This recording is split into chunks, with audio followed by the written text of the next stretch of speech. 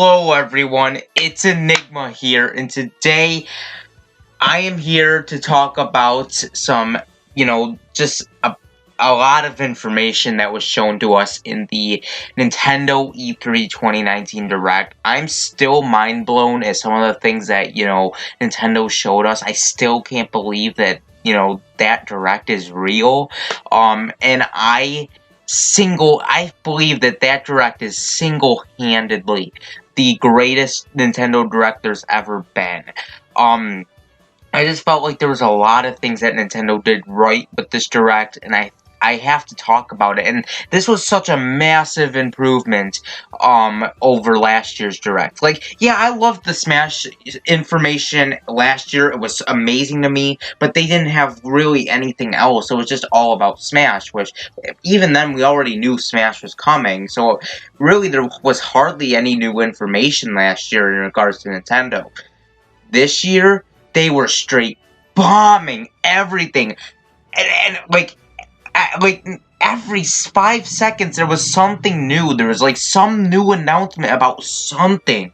They weren't showing us stuff we already knew about. They were showing us a lot of things that fans really wanted, and it was just such an amazing Direct. It was like a dream come true Direct. It was kind of like a pipe dream Direct in my eyes. This Direct was just honestly amazing, and I honestly feel like this Direct will go down in history as one of the best Nintendo Directs Nintendo has ever put out. And I kept telling people, I was like, no, I don't want a Direct in April or May. I want, there to be surprises, surprises at their E3. Because if you do that, then you get to look at what Nintendo did. They had this huge, blowout this year at E3. And I'm gonna have my discussion video. The February Direct, I didn't have my usual discussion video about a Direct. Mainly because I didn't really have much to talk about, because a lot of things in that Direct just did not interest me besides Mario Maker 2. But this Direct I have a lot to say about, So I'm just going to start off with the Smash information, which is by far my favorite information, because Smash Ultimate is my favorite game on the Switch, and it probably will remain that way. I am just so addicted to Smash. And they revealed 2 new characters. 2 of them were on my predictions list. I was predicting both of them, and they actually ended up happening. That is the Dragon Quest hero and Banjo-Kazooie. So, yeah, Nintendo started this off strong with, instantly a new Smash character reveal, which was obviously the Dragon Quest hero that's been rumored for I don't even know how long now, and we finally get to see the Dragon Quest hero in action. However, to my surprise, it was actually not Erdrick that was the main ult, because I've heard a lot of leakers say it was mainly Erdrick. But Erdrick is just an ult. He's still in Smash, but he's just an ult, so there's that. But Luminary is, the main hero that is being portrayed in this and the hero character. I don't think this takes points away from Vergiben, because Vergiben was kind of half right with the Dragon Quest rep. He said Erdrick, and Erdrick is an alt, so I don't think anyone should hold that against him. Erdrick is playable in some way, so he's right with that. And then we got Banjo-Kazooie, and this made my mind blown. If you saw my reaction, I was screaming. I should have put a volume warning in the title, but I was just like, I just wanted to get this video out there so people, so everyone in the world could see my reaction to the bear and bird finally being in Smash. And what I'm really thankful for is that, they're using their original design from the N64 era, not their trashy nuts and bolts design. And Grant Kirkhope, the amazing music composer from the original Banjo-Kazooie games, came back for this game. Now, if you guys didn't hear, Grant Kirkhope actually lied to us, because do you guys remember when he said not to get your hopes up for Banjo-Kazooie being in Smash? And in the end, Banjo-Kazooie is in Smash, and he actually did compose for Banjo-Kazooie. So he lied to us, but for a good reason, you know. He wanted us to get hyped. He didn't want anyone to know, and I love this man. I'm so happy he did that. Like, he fooled me. That was one reason why I thought, okay, maybe Banjo isn't as likely as I'm saying, but Grant just trolled us all, and in the end, Banjo got in Smash, which is what he deserves.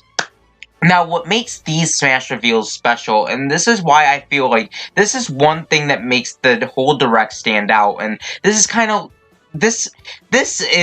what you can expect from out the whole Direct, is that it seems like Nintendo is trying to please all audiences with this Direct. Now, last year in Nintendo's E3, this didn't seem to be the case. Last year, it was mainly focused on Smash, and anyone who is a Smash fan, is obviously gonna like that Direct, but anyone who doesn't really care for Smash, they're not gonna care that much about last year's E3.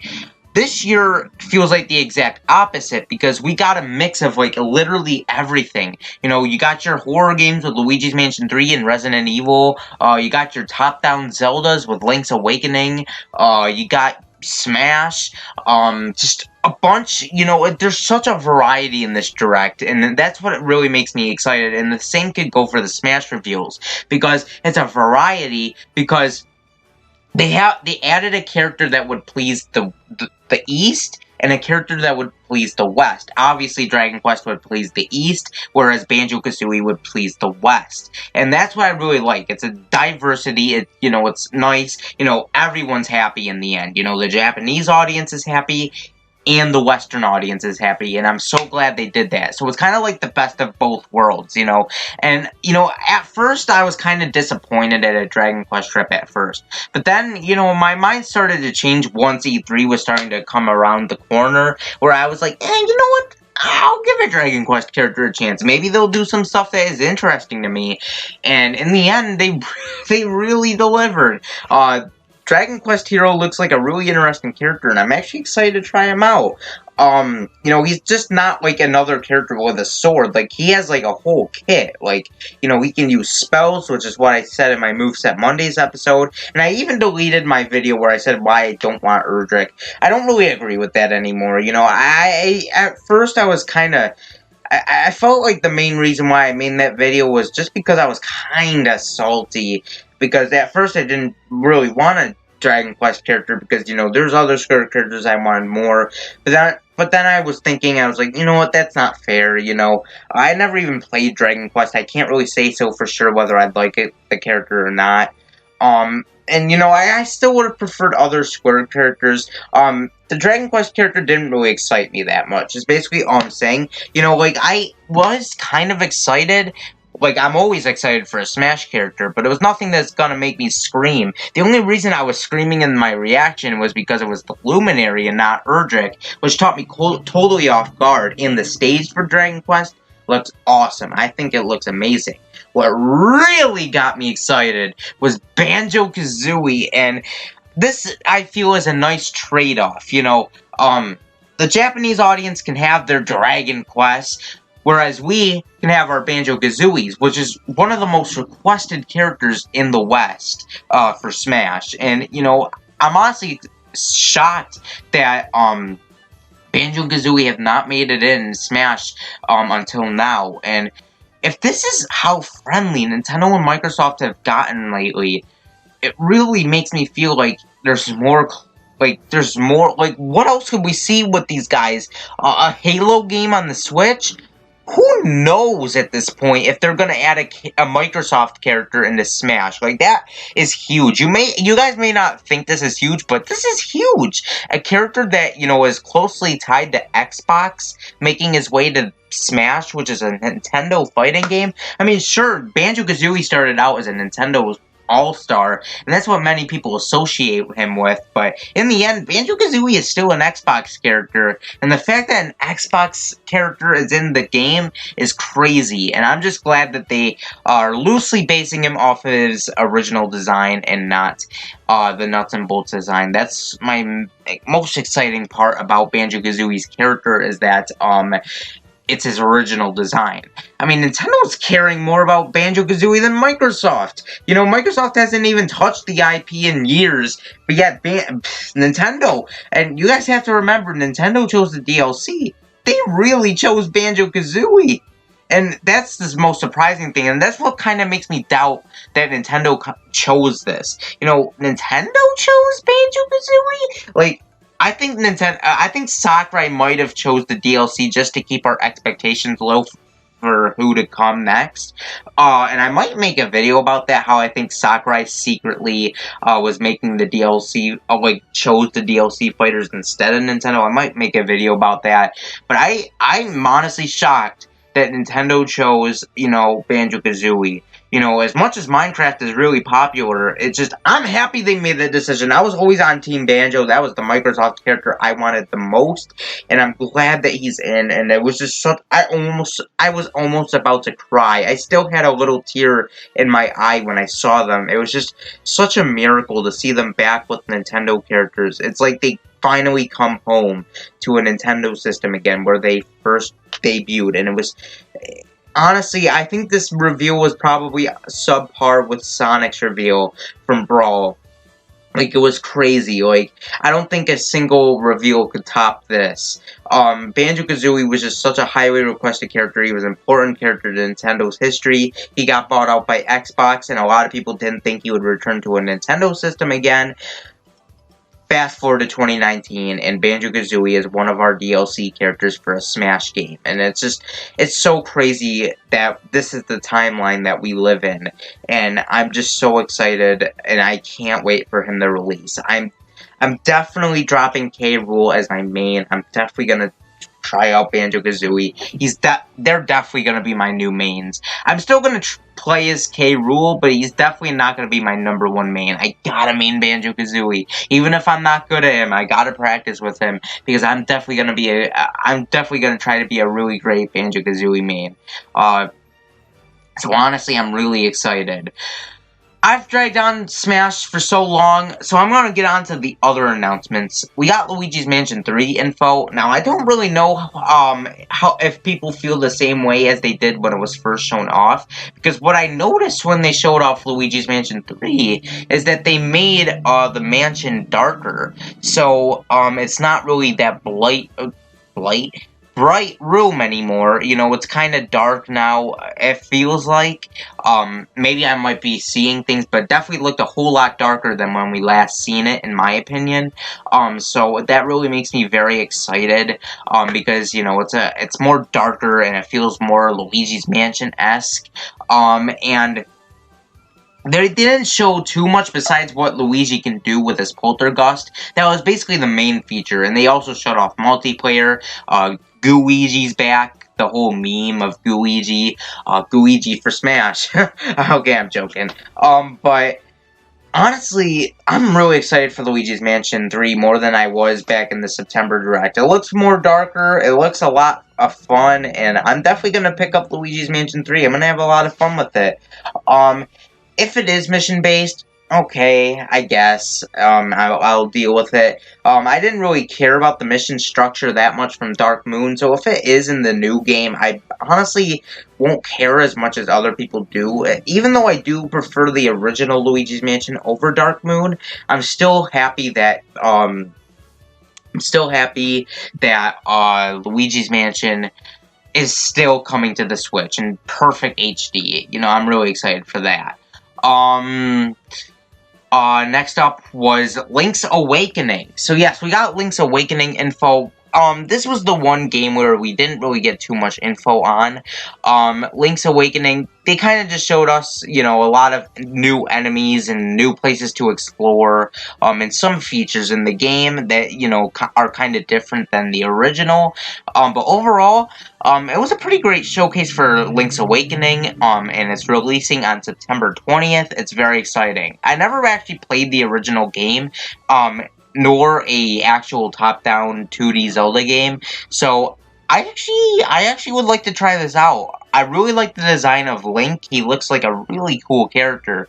I hear a lot of mixed opinions about it, but I think he looks really, cool, you know, in this, like, clay, you know, kind of style. So, it really is, it's really cool, and, you know, it's pretty cool to see. And I'm really excited for Link's Awakening.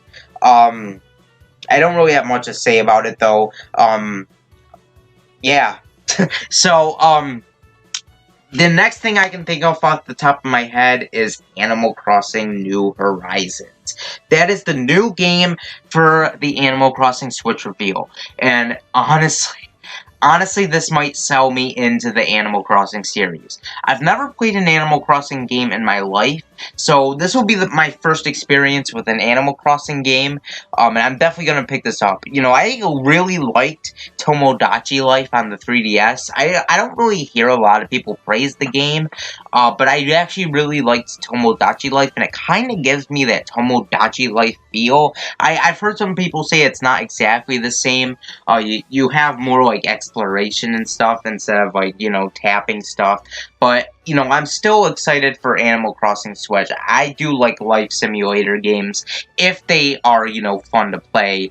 And I'm really excited to see what this new title has, and basically for me to get into the Animal Crossing series and basically what the series is all about, because I honestly don't really know what you can really do. Now, there was one kind of disappointing thing about the Animal Crossing thing, even though I don't think this is necessarily that bad. Animal Crossing Switch was delayed to 2020. When it was first shown off at the September Direct, it said it would be coming out 2019. Now it's a 2020 days. So I was wrong about Animal Crossing delayed. I thought it wouldn't be delayed. But I don't think people should be too upset, because at least we got to see it. At least we got to see a glimpse of it. So, that's really exciting. It looks like it's such a fantastic game, and honestly, I'm actually glad that they're taking their time on this game. I'm actually glad it got delayed, so that Nintendo can work more on it to make it the best it can be. And I definitely feel like the Animal Crossing fans should be happy. I mean, delays aren't really bad, in my opinion. I mean, I said the same thing for when Metroid Prime 4 was delayed and had its development restarted. You know, people shouldn't be too upset, you know. I mean, they're giving you, like, they're giving more time to this game, to the development of this game, to make it the best it can be. So I don't think people should complain that much. It's not really that big of a deal. So I'm very happy for Animal Crossing fans. It's definitely going to be a big year next year for Animal Crossing fans, and I'm really excited. I really am excited to try out the new Animal Crossing game, even though I've never really experienced the other Animal Crossing games. I've heard the series is really good, so I hope I'm in for a real surprise, because I've heard a lot of great things about this series. Anyways, next up, the next thing I can think of off the top of my head is Cadence of Hyrule. I was kind of close to its release. It's releasing tomorrow, actually, so that's actually surprising. I'm honestly surprised they didn't do it like a shadow drop, and it said like 2 days later. They're probably just waiting for the Treehouse event to be over, because tomorrow is the last day of the Treehouse, and then probably after that, they're probably gonna release Cadence of Hyrule right after the Treehouse. So I'm guessing that's probably what their plan is for that game. I don't really have much to say about it. It's an indie game, and I don't really have too much experience with indie games. I would like to try it, but I don't know how much it will cost, and I don't know. I might try it out. That's really all I can say. But now, well, okay, before I get into that, I'm doing this unscripted, if you guys couldn't tell. That's why I'm kind of thinking of this stuff off the top of my head. I should do more scripting videos. Third-party titles. We got a lot of third-party titles. Dragon Quest XI, Echoes of an Elusive Age. We already knew about that, but we saw some more information about it, which was also shown off at Square Enix's E3. That's pretty cool there. But the main third-party game that I'm excited for is Spyro Reignited Trilogy. It's going to be on the Switch, and I'm so excited. I've been saying for a long time this game is coming to the Switch, and now we got official confirmation that it is coming. I mean, I kind of expected that since, you know, Crash is on the Switch. It just makes sense to add Spyro as well. And, you know, I've never actually played a Spyro game, but because of the fact that Crash Bandicoot is one of my favorite video game series of all times, and those characters are kind of like, you know, kind of like friends in a way, and a lot of people compare those two, it really makes me feel like, you know, I will definitely really like Spyro the Dragon. So I want to see what the Spyro the Dragon series has to offer, and I can't wait to try it out on the Switch. I'm really excited. But yeah, that's all I have to say for that. Now, we're getting into the big reveal. Now, personally to me, I don't think this is, like, in my opinion, this isn't as big of a reveal of Banjo being in Smash, because honestly, I'm not really close to the series.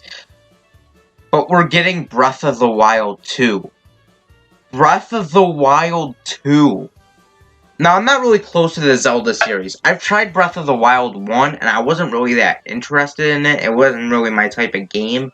I've hardly played Breath of the Wild. I just wasn't really having that much fun. But I do understand how big of a deal this is, and this was just such an epic moment. I did not think they would just randomly drop a sequel to one of the Switch's biggest games, but they did, and it was the very end of the Direct, and it was such a way to end off the Direct. Breath of the Wild 2, it's gonna be a really hype. Who knows when it's coming out? They didn't say what year. It was kind of like a Metroid Prime 4 situation, but I really hope it's not too far away from the development. Even though I wasn't really a big fan of Breath of the Wild, I'll still like to see people's reactions when it's, you know, finally showed off, like, in some gameplay, at, like, next year's E3, or maybe 2 years E3. I don't think it would be that long.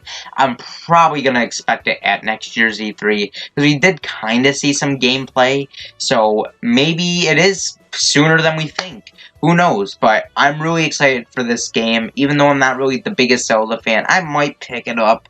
But we didn't see much of it, so I don't know whether or not I can make that claim.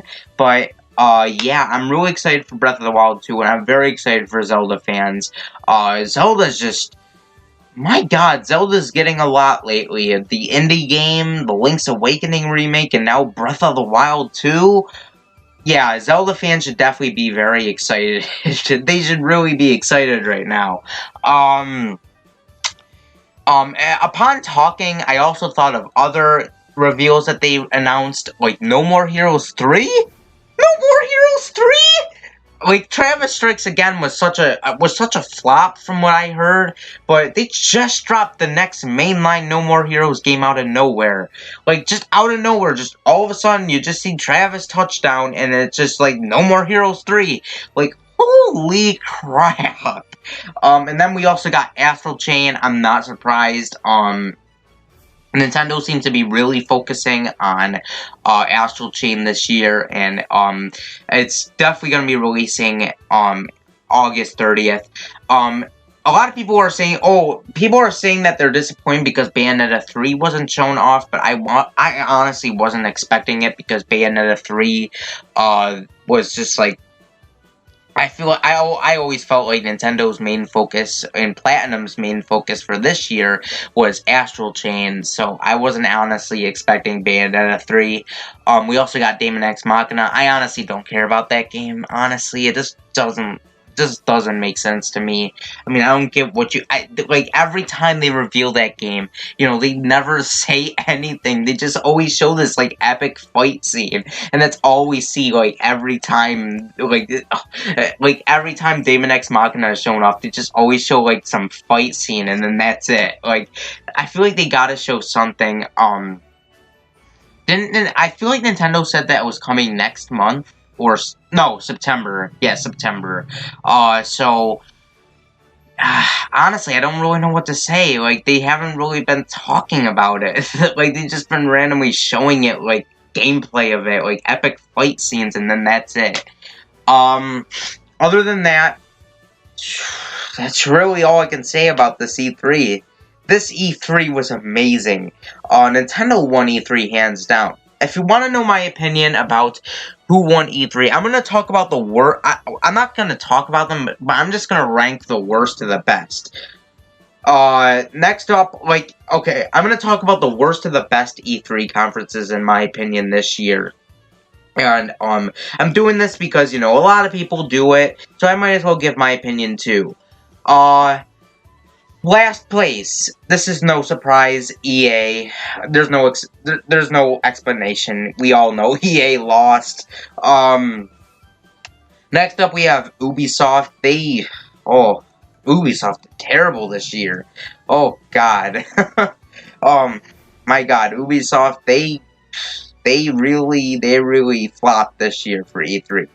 Microsoft, I feel like we expected a lot. I don't think it was the worst E3 conference, but it definitely wasn't exciting either. There wasn't really a whole lot of games that were really, exciting. The only thing that was really exciting from it was Halo Infinite at the end, but other than that, that was really it. Next up is Bethesda. They actually did show some pretty cool announcements, but other than that, it was nothing to write home about. It was kind of just just, the normal stuff that Bethesda shows off each year. The next up is Square Enix. I do think they're in second place. I actually think this is a huge increase from Bethesda. They showed Final Fantasy VII Remake, Final Fantasy VIII, Dragon Quest, Kingdom Hearts 3 DLC, a bunch of things about, different Square IPs. It's very exciting to be a Square Enix fan right now. They did show a lot of things. But if it wasn't for Nintendo, I would have said Square would have won this year. But Nintendo, they just came through with the announcements, man. I mean, anytime Nintendo shows a new mainline Zelda game, they're automatically going to win. There's no ifs, ands, or buts about it. If they're going to show Banjo and Smash, there is no ifs, ands, or buts about it. They really came in this year. They showed everything that people have wanted for years. It was like that Dream Direct that we've never had. They also, by the way, I really love how they introduced Doug Bowser as well, where they kind of played along with the joke about Doug's last name being Bowser. So I really like how they kind of animated Bowser to be the new CEO of Nintendo. I feel like it was a really great start to Doug Bowser as the CEO of Nintendo and his first start in a Nintendo Direct. So I'm really that was really funny. But yeah, I think Nintendo won this year. The only thing that sucked about Nintendo's E3 is that there was no Reggie. It sucked. But hey, I think Doug Bowser will probably be the next Reggie. Yeah, that opening with Doug Bowser, that was just hilarious. So, yeah. Overall, I think this was one of the best directs ever. I honestly give this a solid 10.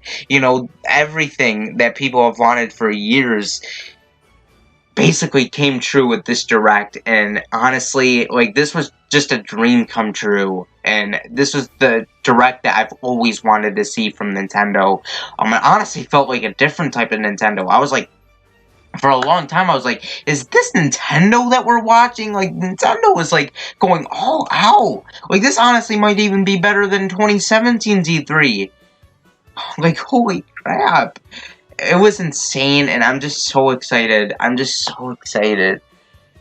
But yeah, that's my discussion for Nintendo's E3 2019 Direct. I thought it was amazing, and it was definitely the best Direct I've ever seen in my life. This is hands down the best Nintendo Direct ever.